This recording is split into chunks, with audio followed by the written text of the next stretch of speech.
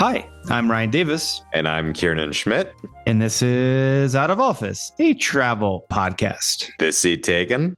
Hey, Kiernan. Hello, Ryan. How it must be nice to be out of the country. Yeah, I'm here in Mexico. Are we jumping right to the Judy alert? Well, yeah, no, I'm out of the country, so I wasn't here. Buy me dinner first. I wasn't here for last week's. I wasn't in the U.S. for last week's.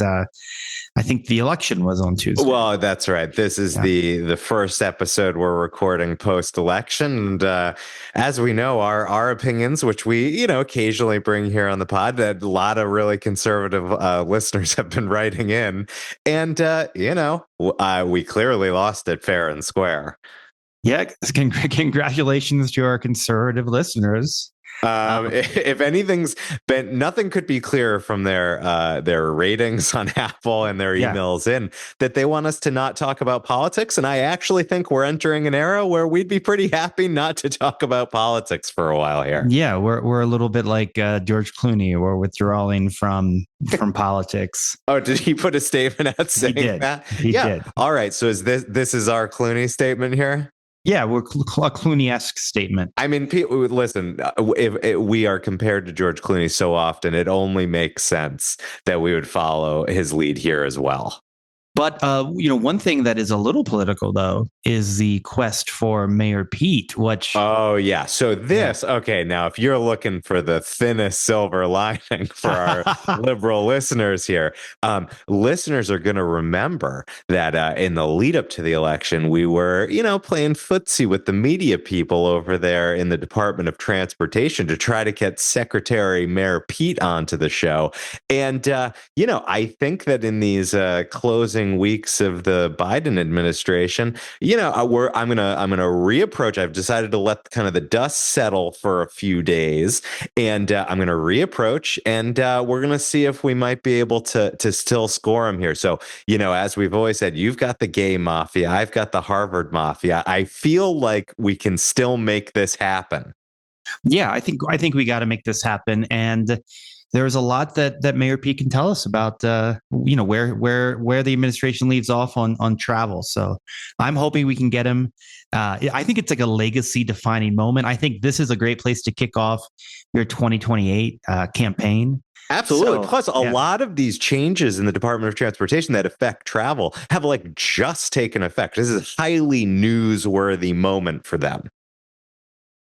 Absolutely. And I'd like to understand them more. So we're going for Mayor Pete. If anybody out there knows Secretary Pete or his people. Yeah, absolutely. Write in outofofficepod@gmail.com. But keep in mind, we're in discussion. I've been getting, they gave me a very clear no in the weeks leading up to the election, which do I think that we could have swayed it one way? The world will never know. The world will never know. The difference between us and Rogan and downloads is when you think about it, it's not that much. Plus, we are famous for being Big Ten, Romney Democrats here. Exactly. So. Anyway, Ryan, while we wait for the news of Mayor Pete coming in, we do today have a great interview. And, this is going to be a good interview to put politics and division and all these things out of our minds, because this is just a pure, candy, fun interview. Yes. You're taking us to a galaxy far, far away. You know it. So let's see. We've had I am, of course, a big Star Wars fan, and I try not to bring it on the show too much because you don't want to offend the Star Trek people. What are the other big franchise? The Marvel people, etc. Star Trek, Star Trek, and you're more of a Star Trek guy yourself, right? I'm all Star Trek, yeah. You're not watching any of the new ones, are you? No, but as a kid, I watched the original series, Next Generation, Voyager. I was committed. Again, being Big Ten, Deep Space Nine. I don't. I mean, if you like Deep Space Nine, God bless you. But I don't. Is great. I think the Trekkies and the Warries can be friends. And who we're talking to today is a guy named Steve Sansweet, who among the fan base is a famous name.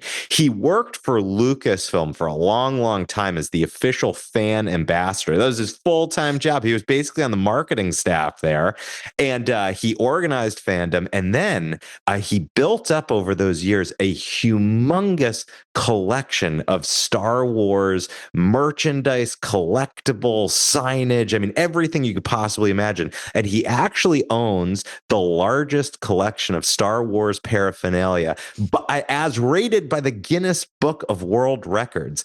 And he opens it to the public as a museum called Rancho Obi-Wan. And it's a place that you could currently visit today. And they've recently broken some news that he and 3 other huge collectors are putting it all together, and they're shopping around cities to open up what they're calling the Saga Museum. So we dig into how he became such an avid collector, what Rancho Obi-Wan is like, and what the future of this legacy is going to look like. That is exciting, and it's very cool. Yeah, and this has been open for some time, right? In an unofficial way. Oh, no, in an official way, it's been open for a very long time. And that's why it's exciting to see this kind of next chapter with the Saga Museum, because right now you have to go a bit. It's a journey to get there in California.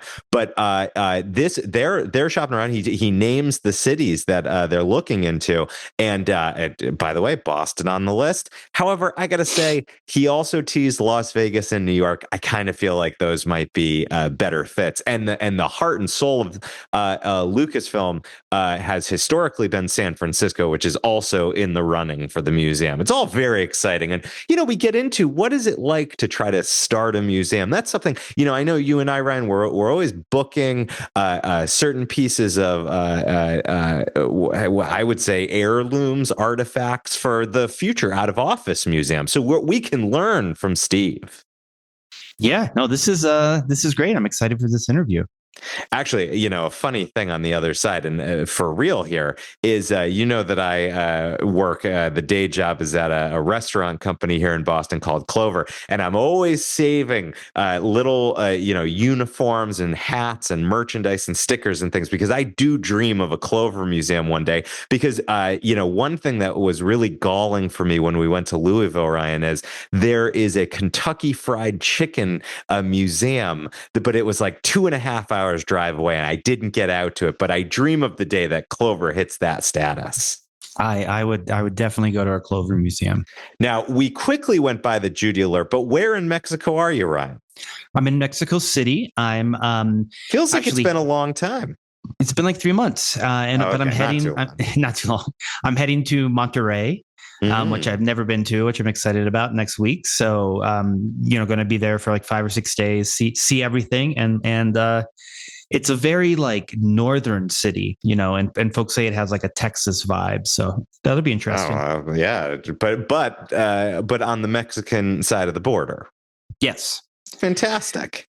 And Kiernan, before we jump into this interview, we did get a couple reviews. Want to shout out. We got a 5-star review from Do What? ?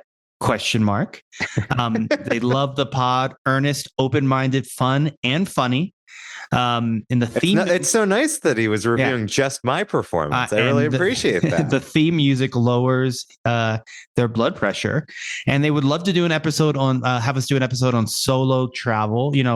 It seems like he's a young guy, mid-30s, who travels a bit alone and wants some tips. So I think that's a great idea. And we're considering mid-30s as young these days. I'm also in my mid-30s and travel a bit alone. So I'm sorry. Did you say the audio cut out for a second there?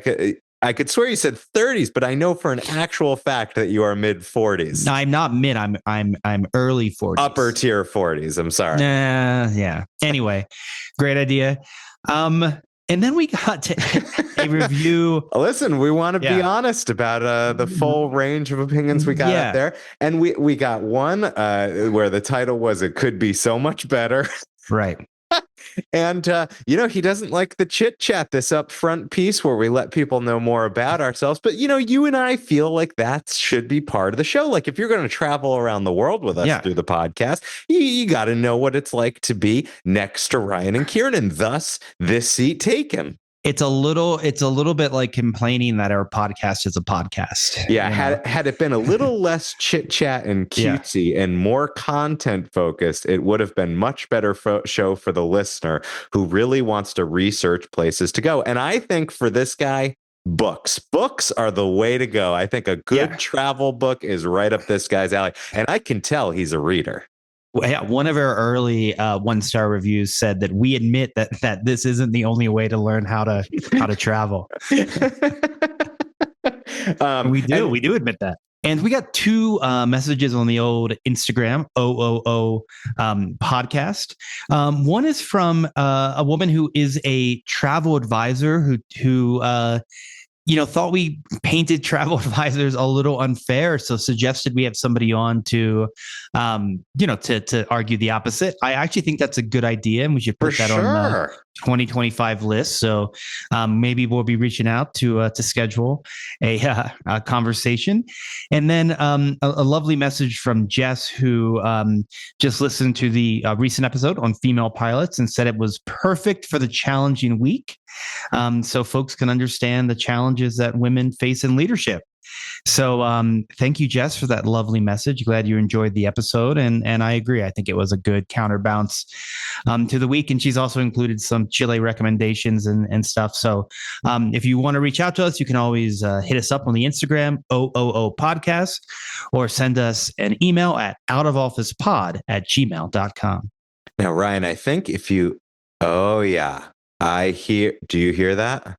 I hear a little Darth Vader, a little Wookiee cry. I think it's time for us to talk to the man himself, Steve Sansweet of Rancho Obi-Wan, and soon the Saga Museum. I think it's time to take off. Tell the cabin crew it's time to go to the dark side. Flight attendants, prepare for takeoff, please. Today, I'm joined by Steve Sansweet, who's an authority on all things Star Wars. Steve served as head of fan relations at Lucasfilm for over a decade, has written 17 books on Star Wars, and most importantly for Out of Office listeners, founded a museum called Rancho Obi-Wan, which is the largest collection of Star Wars memorabilia on Earth, as certified by the authorities at the Guinness Book of World Records. And so, Grand Moff Steve, welcome to Out of Office. Thank you very much. So let's start right at the beginning. I mentioned this position as head of fan relations at Lucasfilm, actually the in-house voice of the fans. So how did you come to that position, and what did it involve? Well, I had this very demeaning job. I was bureau chief at the Wall Street Journal for 9 years in Los Angeles. You know, one of those casual jobs. I was at the Journal actually as a reporter, and then an editor for 26 years. And I thought that's where I would retire from. But I was bureau chief for so long because I loved the job that I was gumming up the system. The normal period of time was 3 years, not 9 years. And so they needed somebody else to come. They wanted somebody else to come in, and they offered me some great opportunities at the Journal. But I got this phone call from Lucasfilm in 1995 saying, Steve, do you know anybody who might be interested in a 1-year only job, going out and talking to fans and letting them know about the special editions and showing some clips and things of that nature? Maybe do 8 to 10 fan conventions. And I said, well, let's talk. Yeah. And so, as Joseph Campbell said, I followed my bliss, went to Lucasfilm, and they forgot to get rid of me for 15 years. And when you entered, was the position this fan relation? It was fan relationship from the start? Well, the beginning position was going to be called Star Wars Ambassador, but the president of the company at the time thought that was too flip a title. So they named me Director of Specialty Marketing. And then when they started up the marketing department a year and a half later, I became Director of Content Management. And then I added on the fan relations part because that's what I did a lot of my time. And I was following in the footsteps of a guy named Charlie Lippincott, who back in 1976 was head of marketing, merchandising, licensing, fan relations, you name it. And he would go out to fan conventions a year before Star Wars opened and let the fans know, show some slides. At one convention, WorldCon in Kansas City in 1976, they actually had costumes and props and reproductions of some of the Ralph McQuarrie paintings that got 20th Century Fox to approve the budget for Star Wars. So I resurrected that. Lucasfilm has always been fan-friendly and involving the fans, and still to this day answers all emails and letters that they get from fans. And how did they find you? I mean, you had a perch at the Wall Street Journal. Clearly, you were a great fan yourself. How did that relationship come to be? Well, in a couple of years before that, I had interviewed George Lucas on the phone about the 10th anniversary of Star Wars. So I did an op-edit piece on the 10th anniversary, which some of the Fox directors said. I said some of the Fox directors were very wary of approving the budget.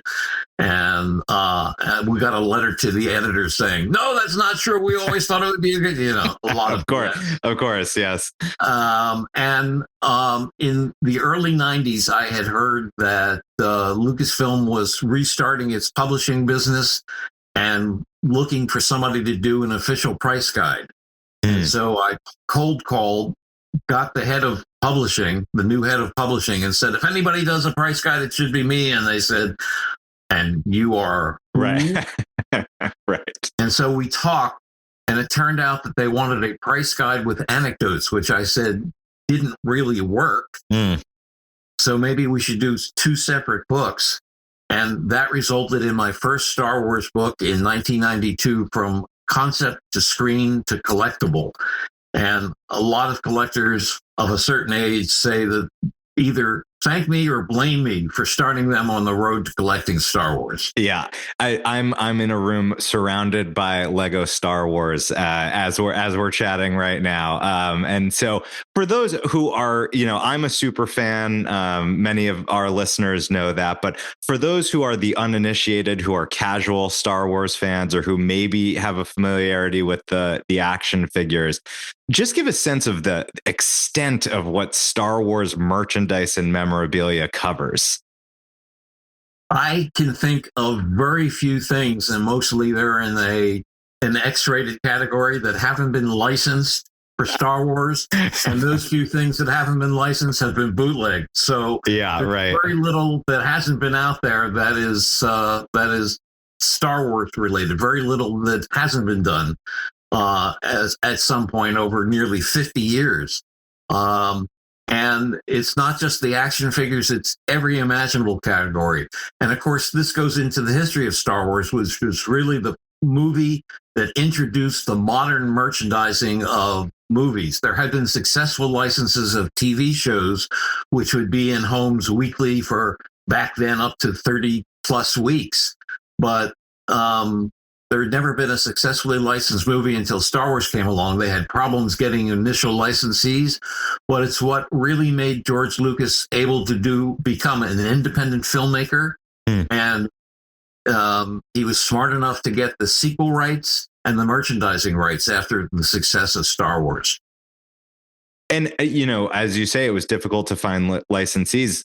Surely that was because when New Hope first came out, this was just something completely new. I mean, I've read accounts from the actors where they said, this was kind of a paycheck. This was a gig. Everybody thought it was a little odd. Nobody really understood this vision of what it became. And then, of course, became this phenomenon that's coming up on its 50th anniversary.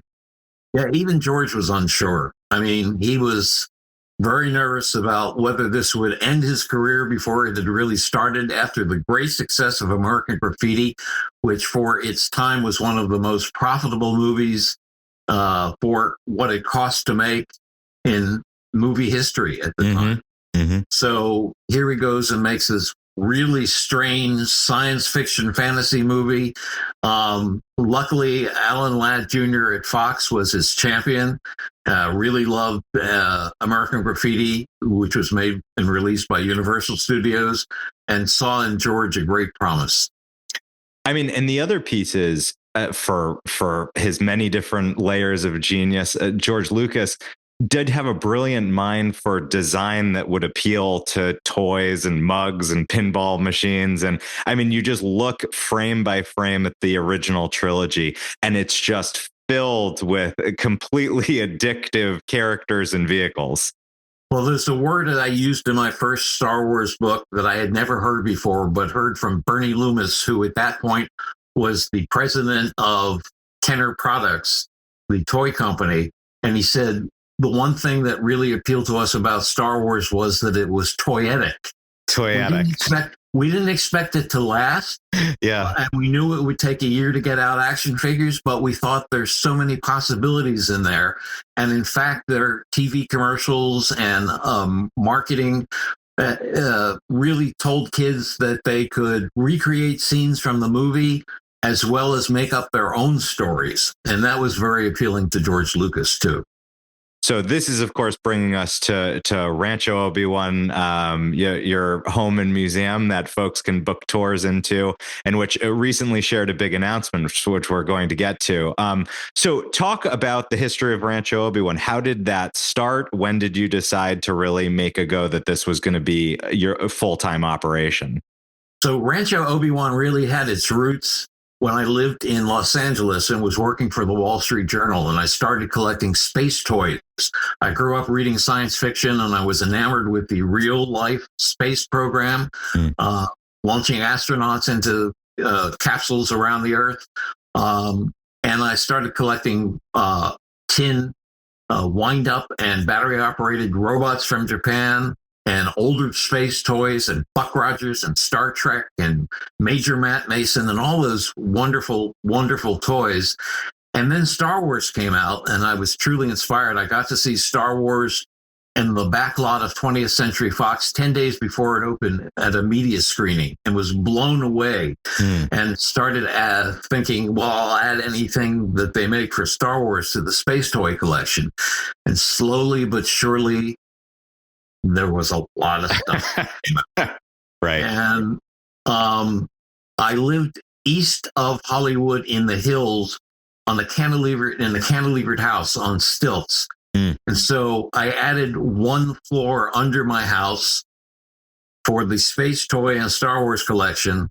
And a couple of years later, ran out of room and added a second floor and took out the Star Wars collection and made that separate.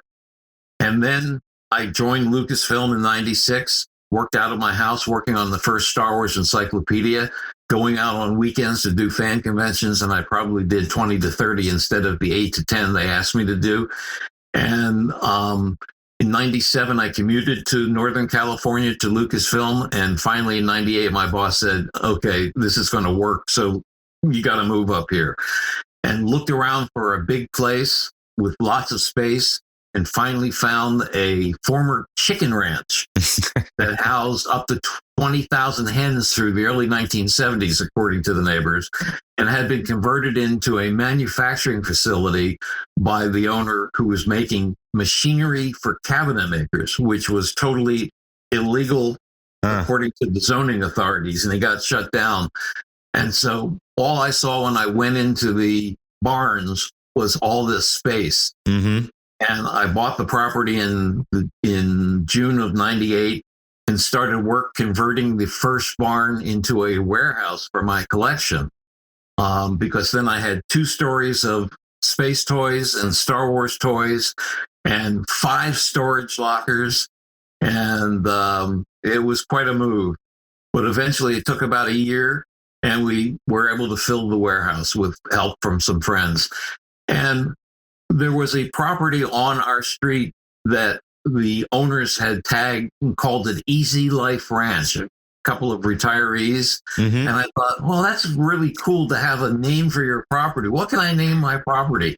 And Obi-Wan is my favorite character in Star Wars. And so Rancho Obi-Wan just sort of had a feel to it. I liked the way it tripped off the tongue.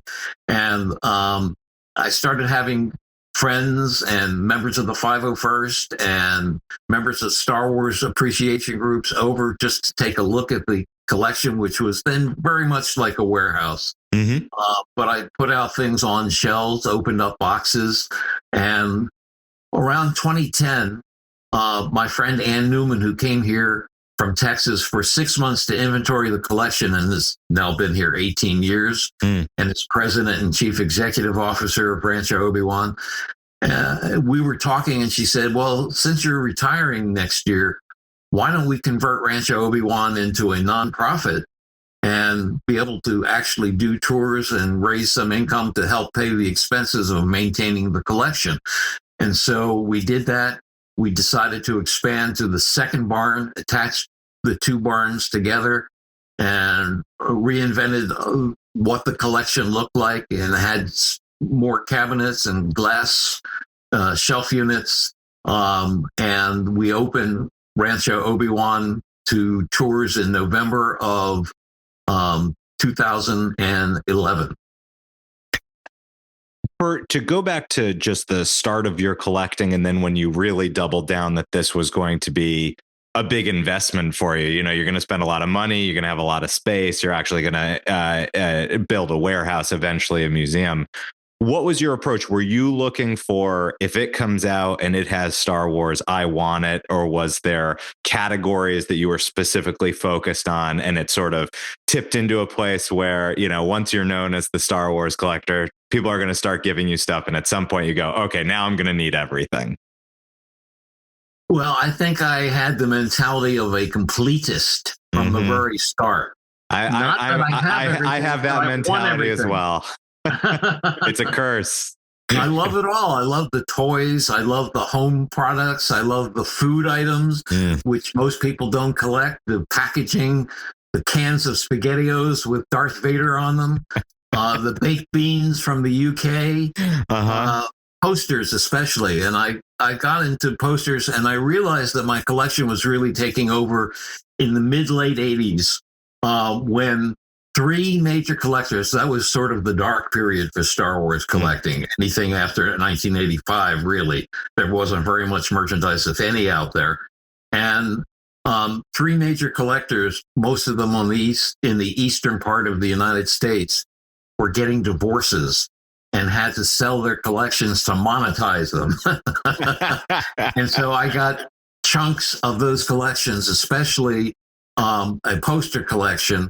I probably acquired several hundred posters from that collection, which was the basis of my poster collection, which is now over 3,000 posters from around the world, both theatrical posters and some of the Mondo and Bottleneck Gallery and some of the wonderful art posters, the AMPs, the alternate movie posters that have great new art, as well as the credits from the movies.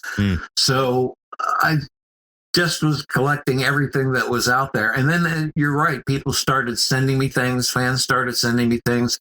I got involved with the conventions in 96 and started meeting artists that I thought would work well with Star Wars, got them connected to Lucasfilm and licensees. So I made friends with a lot of artists who give me credit for starting them in the Star Wars business. So it's been this rolling stone that keeps gathering community and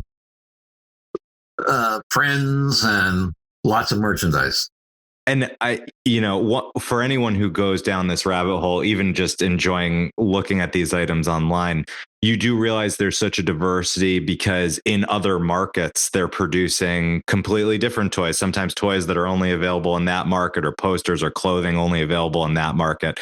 So I imagine once you tap out where you live, you must have to really stretch far. And I'm guessing things like the rise of eBay and things like that must have made it easier to fill in gaps. Absolutely. But even back in the 80s, around the time of the release of Return of the Jedi, there was this publication called TKRP, a guy named Tom Kennedy, who at that point was a radio DJ and was a Star Wars collector himself, and made deals with a lot of the retailers and the producers of a lot of the Star Wars collectibles to be able to buy quantities so he could have them for his own collection, but then resell them. And so he put out this sort of fanzine kind of thing on a quarterly basis.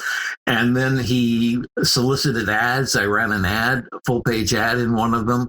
And I got connected with a guy in Japan who became a good friend over the years, and we traded some things, and then he started buying some things with my money. And so I have this really great early Japanese collection of lots of Star Wars memorabilia. In fact, I'm writing something for the program for Celebration Japan now, a page of photos and a little write-up on the Star Wars collectibles in Japan, which is probably the most different in the way of Star Wars collectibles than from any other country, different than the U.S. collectibles. A lot of collectibles in Europe and Asia, other than Japan and Australia and New Zealand and places like that, mimic the U.S. kinds of collectibles, except maybe in language. But the Japanese stuff is just far and away different and very much involved with the Japanese culture, much more limited than the mass-produced things in the U.S. because of a much smaller market. So getting involved in the international aspect of collecting has been really a great thing. But that goes back to the 80s, the mid-80s, and eBay, of course, opened the floodgates. Are you open to all the knockoff material too? I know sometimes, especially when you go further afield, you see all these kind of off-brand Star Wars toys where it looks a little like Jabba the Hutt, but it's not quite Jabba the Hutt. Does that make it into the collection? Some of those do. But even early on, when Hasbro, or Kenner at the time, was delayed in getting three-dimensional merchandise into the market. The first year they had puzzles and board games. But the market was flooded with knockoff lightsabers, that weren't called lightsabers, space swords, and things of that nature. So it's fun, especially having some of the early stuff. And there's a lot of knockoffs out there. There were foreign action figures. Especially well known are the Uze toys from Turkey, that they thought they could get away with it because they called it Stars War, and they left out a letter from each of the character names, so it was Darth Vader. And some of those figures now are in the thousands of dollars. But they're very cool. They were very hard to get even in the beginning when they first surfaced in the U.S.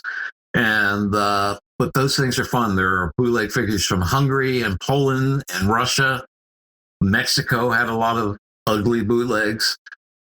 So it's a fun subcategory. Some people specialize just in the bootlegs. So for those who are starting to get enticed to pay a visit to Rancho Obi-Wan, what are some of your personal favorites or fan favorites for folks who actually come through? What will they see on your shelves? Well, one of my favorite pieces ties me to the origin of fan relations at Lucasfilm, and it's a canvas banner about 7 feet long and 3 feet high that has in the middle of it a triangle that was originally painted by Ralph McQuarrie and used on a cast and crew T-shirt, Luke Starkiller. And it's the famous Luke portrait. And it's sewed onto the canvas banner, and then an early Star Wars logo, Star Wars, on each side of the triangle logo, hand painted by Joe Johnston. And Joe at that point was the ILM art director, and of course went on to become a famous movie director. And this banner was used at the early fan conventions that Charlie Lippincott went to a year before Star Wars came out. So you see it in photos from San Diego Comic-Con and from Worldcon in Kansas City. And I'm fortunate enough to have that banner in my collection, which is probably the oldest original Star Wars piece. I have an original Vader helmet that was made for the production of The Empire Strikes Back, and we think used in Return of the Jedi. Stormtrooper boots from Return of the Jedi. And the reason you can tell that they're from Jedi and not from Empire or Star Wars is that the heels and soles are painted white, unlike the ones from the other two movies. I have a really wonderful art gallery of artist and fan painted pieces. I have a button portrait of Princess Leia, a tile layer portrait of Darth Maul, made in various tiles. The world's largest Star Wars oil painting that's 8 feet high and 15 feet wide. It's called 20th Century Space Fantasy. Just amazing pieces done by a Canadian artist who's become a good friend, and it's on long-term loan. And it's on the one wall in the museum that can fit this piece. Yeah. So there are just all kinds of great pieces, lots of fan-made action figures, artist-made action figures that I've been buying for many years. A huge Lego collection with some built pieces on display, including a piece that a Lego intern in Billund, Denmark, sent us many years ago. He was a summer intern, and he built a purple and gold Millennium Falcon, and then asked us if we wanted it and sent it all the way from Denmark. Wow. Cool. So that's in the collection too. So you do include Lego. I wasn't sure about that. Oh yeah, we opened up our Lego collection. We rearranged everything about a year ago, and it's one of the highlights, especially for the kids. But the adult fans of Lego have really glommed onto it too. So it starts with the 1999 invitation in February 1999 to Toy Fair International in New York City, where they first introduced the Lego Star Wars brand. And of course, it's celebrating its 25th anniversary this year with a bunch of special Lego figures and some really weird stuff from the Lego special. Yeah, well, I mean, I have to say, so I have a 5-year-old son who quite likes Legos and loves Star Wars. Thank goodness, knock on wood. And putting together Lego has really proven itself as one of the most creative places for new merchandise, I think. I agree. You know, they're putting out the Dark Millennium Falcon, and it just in fact, I've been recently spending time on eBay and money on eBay, and I got a Ray's speeder, and it came and it was already built, and I was like, oh gosh, I don't even get the satisfaction of building it, so I'm undoing it, going, boy, where do I get the pleasure here? Redoing it. Just, you need pride of place, you know, to have actually built the Lego, in my opinion. I've got the full-size Lego Darth Vader and Boba Fett that were for sale only at FAO Schwartz back in the day. Oh, man. And I hope you didn't put that one together yourself. No, these were pre-built and glued, and there were 3 Darth Vaders made and 2 Boba Fetts. Wow. And they were each $10,000, which was way over my budget. And a couple of months before they declared bankruptcy, I got a call from my personal shopper in Las Vegas, my personal shopper for FAO, and she said, we're taking 80% off the Darth Vader. Wow. And I said, sold. Yeah. And then about a month and a half later, she called and said, Boba Fett's also going on sale. And I said, okay, I'll take that. So can I get a 2-for-1 deal? Well, that would have been nice. That's really funny. I mean, I'm just amazed. I don't know what the, you know, sort of special relationship is between Disney and Lego, but I mean, the fact that they had the spaceship for Skeleton Crew that was out there publicly from Lego, available for purchase months and months in advance of the show. It's just incredible, the timeline they have. Yeah, some things they keep secret, like Baby Yoda, Grogu, and they keep that away from the merchandisers and the licensees, and that was a smart decision. Yeah. Although they lost lots of money that first Christmas. I remember. And everybody wanted Baby Yoda until we knew what his name was. And then there are other things that the licensees get a year or two in advance so they could plan. And the Skeleton Crew is sort of like that. I'm looking forward to seeing the show. Seems like a fun show, great for kids, but also adult fans of Star Wars. So lots of stuff. And really, Star Wars, doing the deal with Lucasfilm, really saved Lego. Lego was in financial difficulties 25 years ago, and they licensed Star Wars and Winnie the Pooh back in 1999, and they are now the largest toy company in the world. Wow. So, and moving their U.S. headquarters to Boston, where I live. So I'm very excited about that.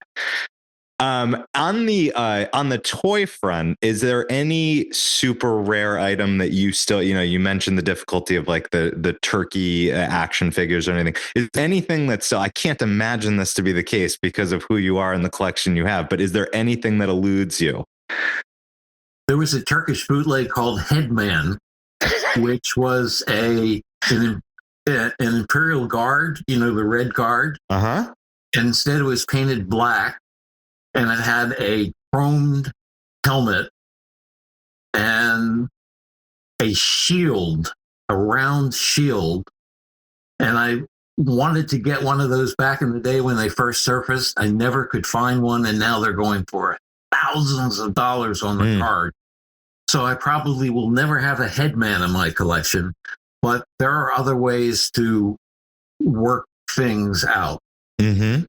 Which leads to the Saga Museum. Absolutely. Yeah, let's get to the big news here. So just a couple of weeks ago, you and several other collections came forward and announced something that I think you've been working on for many years now, which is the creation of a new museum called the Saga Museum. So tell us that vision. So the Saga Museum of Star Wars memorabilia has been in the works for about 3.5 years. On our board of directors are people who own 3 of the most incredible Star Wars collections in the world. Gus Lopez, who is a former vice president at Amazon, who has the most amazing collection of Star Wars props and costumes and helmets in his house in Seattle called the Boba Cabana. Lisa Stevens and Vic Wertz, a married couple that have the Imperial Archives north of Seattle, and they custom built their house to be able to contain their collection and have a home theater that was designed by Doug Chang, who is now the vice president of whatever the title is, vice president of creative at Lucasfilm, and was the creative director of concept art for the prequels, and has worked on a lot of the TV series. And their collection expanded so much that they had to build a 10,000 square foot addition sort of close to their house. And they have the actual cantina that Lucasfilm rebuilt for Star Wars Celebration years ago. They offered it to us, but we didn't have any room. So luckily I went to Lisa and Vic, and they had to tear down a wall of their new barn in order to put it in. And then the third collection is Duncan Jenkins, the Smithsonian in Kansas, or Missouri, I guess. It's near Kansas. And Duncan has a huge collection like mine, but he really specializes in international toys. So he'll have 5 or 6 action figures from different countries, the same action figure, but on different cards or board games or things like that. So we all have different collections. We have some things that overlap. And we're all talking about, well, what happens when we pass on? So this was a question that was raised by fans in the 90s. And my then assistant, Josh Ling, I gave him permission to put something silly on one of the news groups. And he said, when Steve passes, he's going to be laid out in the middle of his collection and it's going to be imploded around him. So I don't want that to be the end all be all of my collection. So none of us have children, and we're looking towards the future. Lisa Stevens says she wakes up sometimes after a nightmare that she and Vic have passed, and her mother has come in and it's like, oh, look, this unpainted Boba Fett figure with this loose rocket in the back, $10. Yeah, right. Yeah, right. So we started talking about merging the 4 collections and having a purpose-built museum that would be open all week.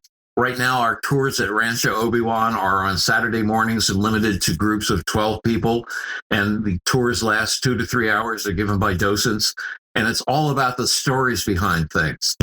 So we tried out a proof of concept at the last Star Wars Celebration in Anaheim, where we took the best pieces from 4 collections and had a 4,000 square foot exhibit from Boba Fett to Bo-Katan, and traced the Mandalorian concept from the very beginning, around the time of Star Wars and especially The Empire Strikes Back, through the Mandalorian series. And we have a circuit of rocket-firing Boba Fett's. We've got 7 in all, 4 collections together. So we had 3 on display in Anaheim. But it really worked out well. We had lots of items to show, and we had lots of explanation of what these items were, tagged from the individual collections. I would go through and say, "Oh, I don't have that." And somebody would say, "It says it's from your collection." Right. It's a big collection. I have that I forget that I have. Yeah, of when course. You have 400,000 plus pieces, it's a little difficult to remember everything. I mean, I feel like the obvious question I have to ask is, does anyone have Headman? You know what? I'm not sure. Oh my God. You have to go to the one who specializes in international toys. This is going to be it. Duncan if he has Headman. I mean, surely if none of you individually have Headman, we must figure out a way to get Headman in this Saga Museum. Absolutely. So we've got a long road ahead of us. It took, as I said, 3.5 years to get to the announcement. A subset of our board of directors has been working on this, studying museums, visiting a couple of dozen museums across the United States in groups, and learning the high points and low points, what the problems are. In the next 2 years, we're trying to raise $2 million of working capital and picking a location out of one of 8 cities that we have finalized as on our list, and sending requests for proposals to those cities to see what they can offer us. So we're well on the road. We hope to do a pop-up merchandise exhibit sometime in 2 years to 3 years out. Something that might travel across the United States and maybe even to Europe. Because one of the things in a permanent museum does is shows that go on the road. It's one way to raise interest, marketing, and some revenue. Are you sharing the cities that are in contention? Yeah, I can tell you what they are. There are 8 cities. So Ann and I would love it to be in the San Francisco area, which is the spiritual heart of Star Wars, but we're looking at San Francisco, Los Angeles, Seattle, Las Vegas, Dallas, Chicago, New York, and Boston. Oh my God! You knew I was just waiting. Well, the reason I ask is because surely you want to apply pressure from the top and from the bottom. So if you're looking for a grassroots effort, I will be your voice in Boston for sure. Sounds good. I think that belongs on the Harvard campus. Personally, that's what I'm thinking. Well, Harvard would like to give us some land, and the city would like to give us a tax write-off. You never know. Yeah. I mean, first off, as a marketing professional, I want to say I love the name, the Saga Museum. Whoever came up with that, perfection. Secondly, I admire the 4 collectors coming together and doing this, both because you're starting something that it seems you all will likely be able to see through in some form. And, to fans like me, but also for pop culture historians and students of film, I just think these collections are so precious for the future. And, when you don't have forethought like this, these things will get lost to time very, very fast. All it takes is a natural disaster or, like you say, an unexpected death, and then poof, mistakes get made. Yeah. And it really wasn't until after making Jedi that George all of a sudden realized, when there was a wonderful picture that we've all seen of George in the middle of props and costumes and things of that nature, that George said, "This has become quite a collection. We need to organize it and preserve it." And that's when the Lucasfilm archives really began. And then it was in the early 90s that they saw, well, this is a way to go out into the market with museum shows. There was an amazing exhibit in Japan where the man who organized the exhibit actually came and some of the revenue that he provided helped preserve a lot of the items in the archives and fixed a lot of the items in the archives. And so they've kept up this whole restoration and preservation campaign in the archives. It's really well managed. That's all going to Los Angeles. And it'll be in storage down there. And some of the props and costumes will be on display on a revolving basis in the new George Lucas Museum of Narrative Art. So it's not a Star Wars museum. It's going to be his wonderful collection of Norman Rockwell paintings and so many other paintings that he and his wife, Melody Hobson, have collected over the years. But there will be part of it will be Star Wars, because obviously that's narrative art. Is there anything else in the character of a city that you're looking for, besides the real estate and the tax write-offs and all the logistics pieces, anything that you're just looking for in the spirit of the city you choose for this? Well, it has to be a very open and friendly place. And one obviously that gets a lot of foot traffic in an area where we want to be. And one that has parking available near the location, and a lot of kids and middle-aged people who remember Star Wars and would be interested in such a collection like that. But lots of influx, and we think we can draw people. Rancho Obi-Wan draws people from all over the world over the years. We should also mention, I realize we did not say, logistically, don't just drive up to Rancho Obi-Wan. You must book in advance. And you guys usually recommend like 8 weeks out at least? 6 to 8 weeks out, we book tours. So as I said, we book tours on Saturday. In the summer, we do 2 tours a day. The rest of the year, it's one tour that starts at 10 a.m. and goes to noon or 1 o'clock, sometimes later if we have real dyed-in-the-wool collectors in the group.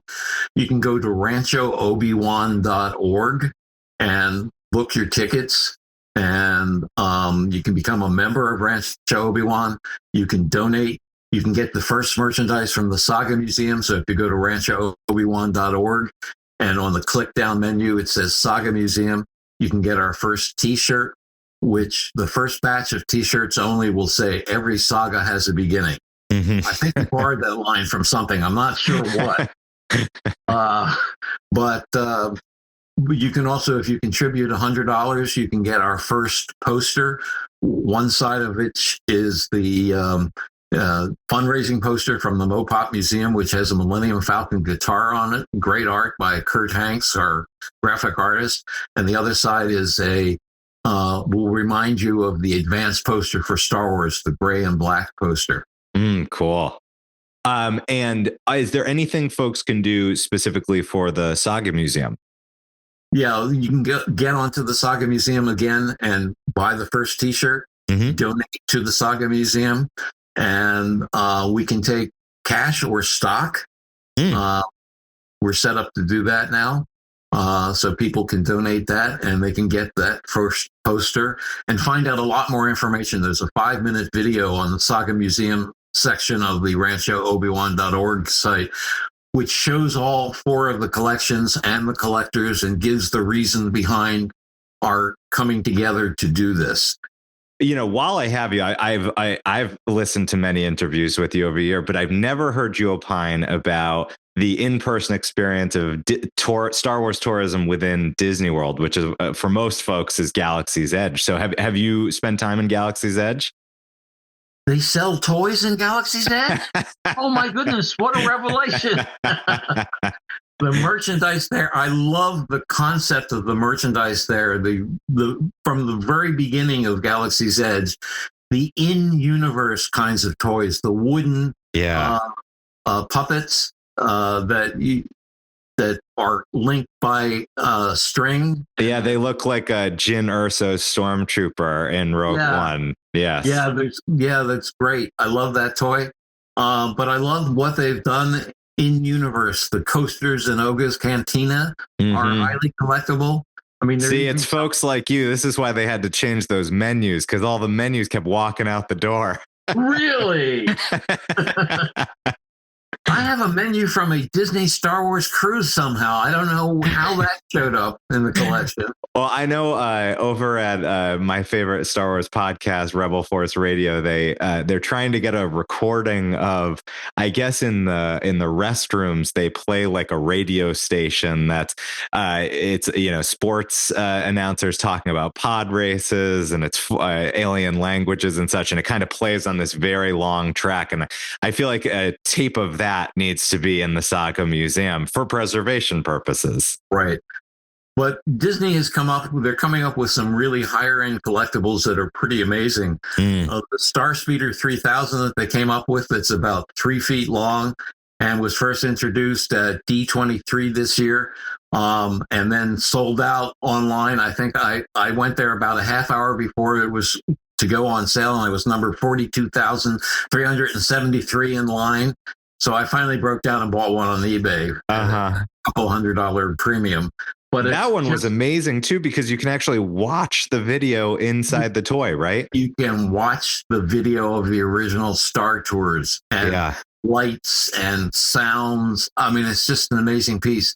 They've just in the same line, they've just introduced a 3PO head that you can actually take off the pieces, and the eyes light up, and it has 20 plus phrases that you can hear.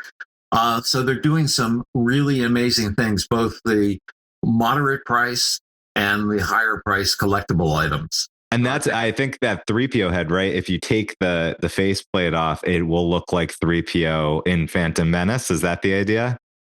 Absolutely. It's brilliant. Yeah. Great face of 3PO. So they're coming up with great designs and great products. So I put them right at the top, along with one of my favorite licensees, Regal Robot, that does maquette replicas and prop replicas, and they've come out with an entire line, mostly of Return of the Jedi, but they also have a Jar Jar in there that actually 3D reproduces by scanning the maquettes that the artists on the staffs of the movies came up with before George approved. I mean, first it's 2D design, then the sculptors go into maquettes, and then George makes a decision on what he wants. Oh, I want the eyes of that one, and the nose of that one, and the mouth of that one, and make the ears a little squarer. And you come up with the maquette, and then go into the full size mask, or the 3D modeling. And they have been doing a great job. I've had to shift the replicas to a different shelf unit because they've overtaken 2 shelves, and now they're on 3 shelves. So, but between them and Disney and Lego, and of course there's still the Hasbro action figures. Yep. Which themselves, I mean, the Black Series has brought a level of detail into the action figures. And, yes, some of them are getting up there to $40, $50, and they're pretty expensive, but you can find some pretty decent ones for $20, and they're beautiful pieces with lots of detail. I agree. And how about the actual, see, now you, of course, I asked the question, you went right to the stuff, the merchandise, what's for the collection? How about the full experience of Galaxy's Edge? Did you ride the rides? Have you been in the cantina? I've been in the cantina, and it's pretty spectacular. I rode the Millennium Falcon. I have not gotten back there to ride Rise of the Resistance, which everybody just loves. And I will at some point in the near future. I never got to the Halcyon, the hotel experience. And I think that it was closed down and failed because the pricing was just. Yeah, I wanted to ask you about that. So for those who aren't familiar with it, and I did talk to Jimmy Mack about it on that interview, I can link that in the show notes for folks too, was Disney invested hundreds of millions of dollars into building a fully immersive Star Wars hotel. And it was almost inspired by things like Sleep No More and these fully experienced. So if you went in your bedroom in this hotel, you didn't have a window, you had a screen that looked like you were in space. Completely themed around the sequels. and featuring the sequel characters. And it closed down very quickly, a year and a half, maybe 2 years. And it was quite expensive and got a lot of fan pushback for how expensive it was. And I have to say, my oldest brother and I, who bond greatly over Star Wars fandom, we saw trouble the second it was announced, because we said, we're like some of the biggest fans there are out there, and we don't think that this is right for us. So maybe it's for kids, and hopefully families love it. But yeah, it did seem to me like the price, and I would even argue the content of just focusing on the sequels, it's neglecting the breadth of everything they have within the story. Well, and a lot of people are not into cosplaying, and you really had to be, it was an immersive experience, and you had to take part in the story, or it really wasn't worth your time and effort and money. Yeah. And so there were all those things that were difficult to get people to come. But I think once the prices were announced, and $4,000 to $5,000 for a 2-night experience, 2.25 days, was just a little high for budgets, especially at the time that it was introduced. I had this vision of, because the idea was after you pay a visit to Galaxy's Edge through the immersive experience. And I just thought, are they going to put me on like a bus and be shaking it side to side and saying, oh, we're going through an asteroid field, and then just drop me in the theme park, which my regular ticket could have gotten me in anyway. I have a lot of friends who went to the Halcyon and loved the experience and really got into it. And there's just been a reunion, HalcyCon, in Orlando. Ooh, what's that? On the it's like Survivors. And the survivors of the crash ship. It made a landing on a faraway planet. That's right. Yes. A long time ago. The question is whether they're going to reuse any of that stuff. I mean, they just have the structure sitting there. Yeah. So I wonder, it was very expensive to run because of the cast and the crew that were involved in running it, the actors, and just the expense of keeping it up. It was a fairly small hotel. I think it had 50 rooms or so. But they really took a risk on that, and it's great to see them taking a risk. They took a risk on Rise of the Resistance, and people just go crazy over Rise of the Resistance. So I have the key to all success for Disney, which is real life huts. I just need to see huts. I need animatronic huts. I need huts being carried by humans. If they get huts, I'm there all day. You're a hut collector, huh? I'm a hut lover, absolutely. Which brings me to my final question for you, which is, you've already given away, and we could all guess that Obi-Wan is your favorite Star Wars character, but I'm wondering who's close in contention for that top slot. Well, Luke Skywalker was the character that I first identified with when I first saw Star Wars, because that incredible scene that all of us love, with Luke standing on the small hill, looking up at the heavens, and John Williams' amazing Binary Sunset theme plays, which just evokes so much emotion. And I thought, when I was a kid, I just yearned to leave the town where I was born and get out into the greater world. And my friends are mostly still back there. And Philadelphia is a great city, but I needed to get out. I needed to experience more, and I did. And so I really identified with Luke.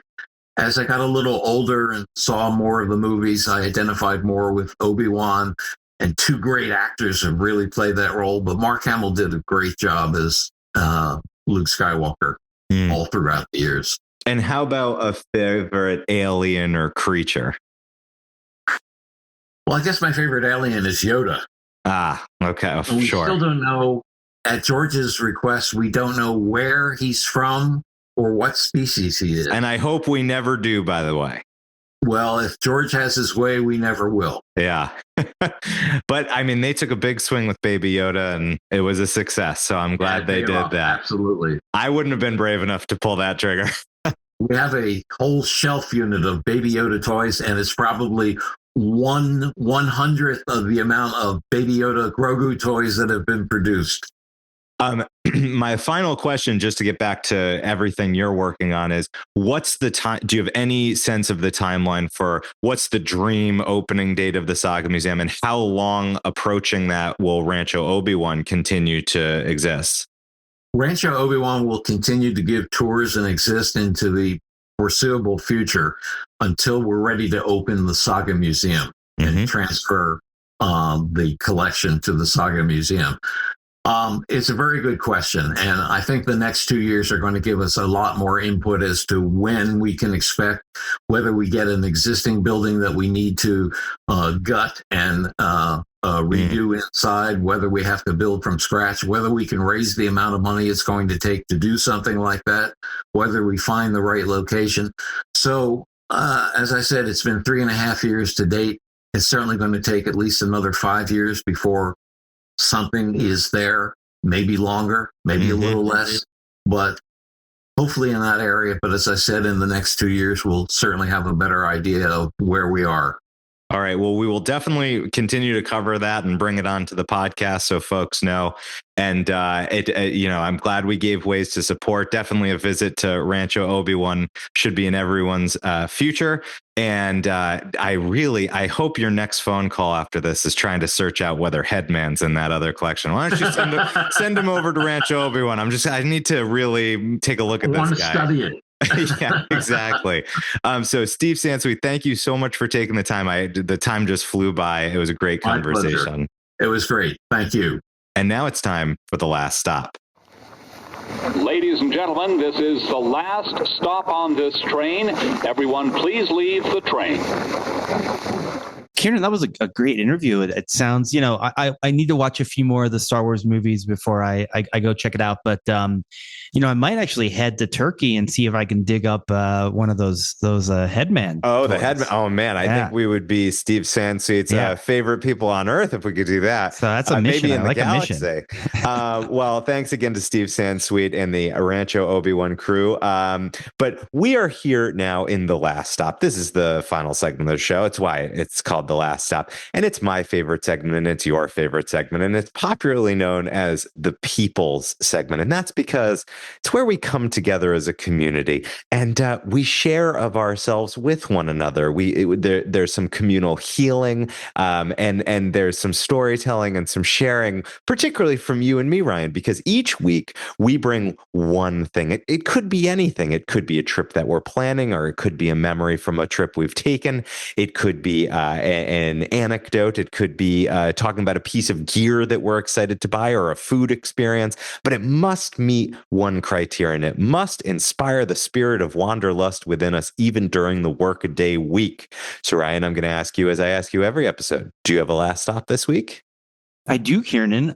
You remember that when I was in Peru a couple of years ago, I got to go on the Belmont train to... I think about it every day. Yeah. So Belmont just announced they have a new train coming out next year in July that's going to go from London for 3 nights up to Wales. And it's supposed to be a really beautiful trip. And the train is incredible. It's a brand new train that's got 18 cabins, including 3 grand suites.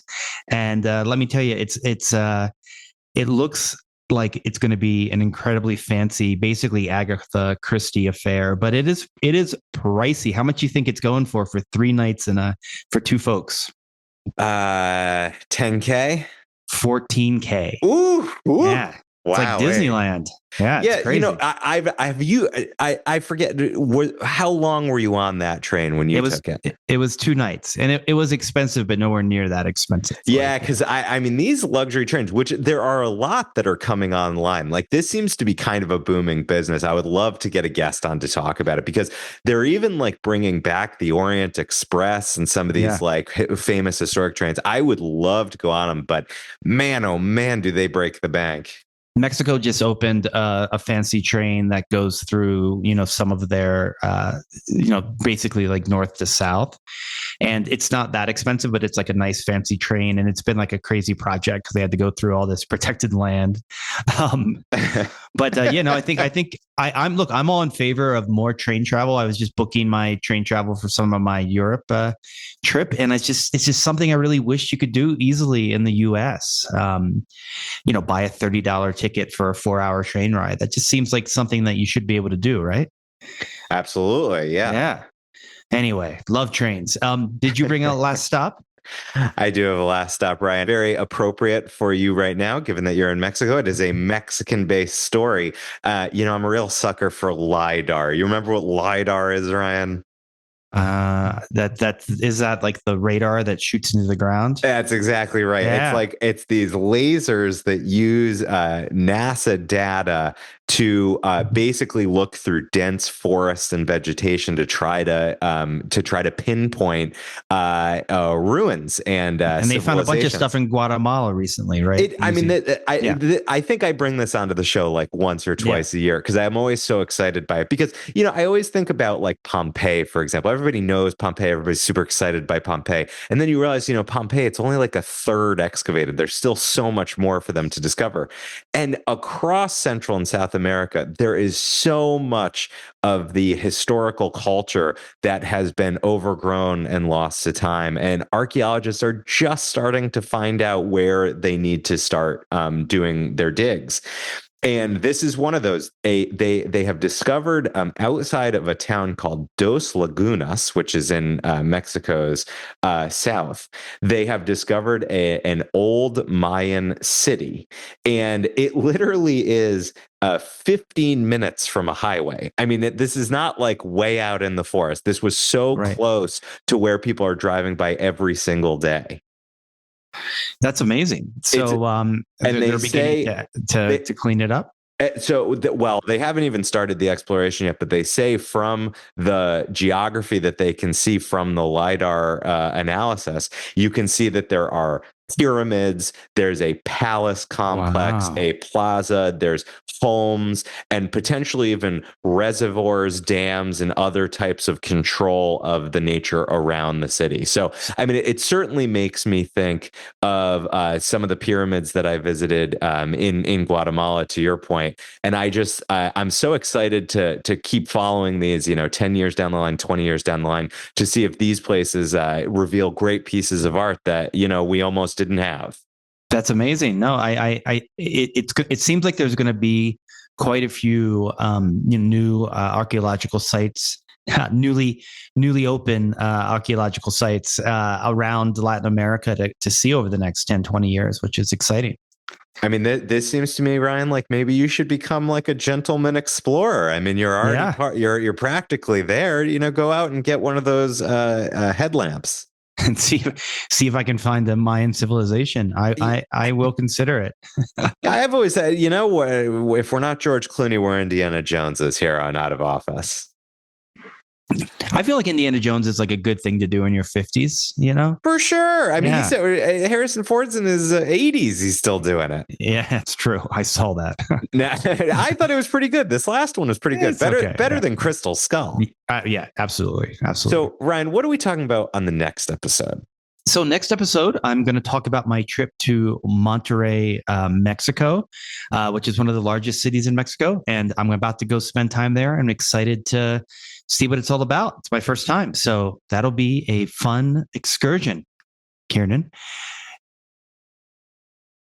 Yes. Well, until then, I'm Ryan Davis. And I'm Kiernan Schmidt. And this is Out of Office, a travel podcast. This seat taken.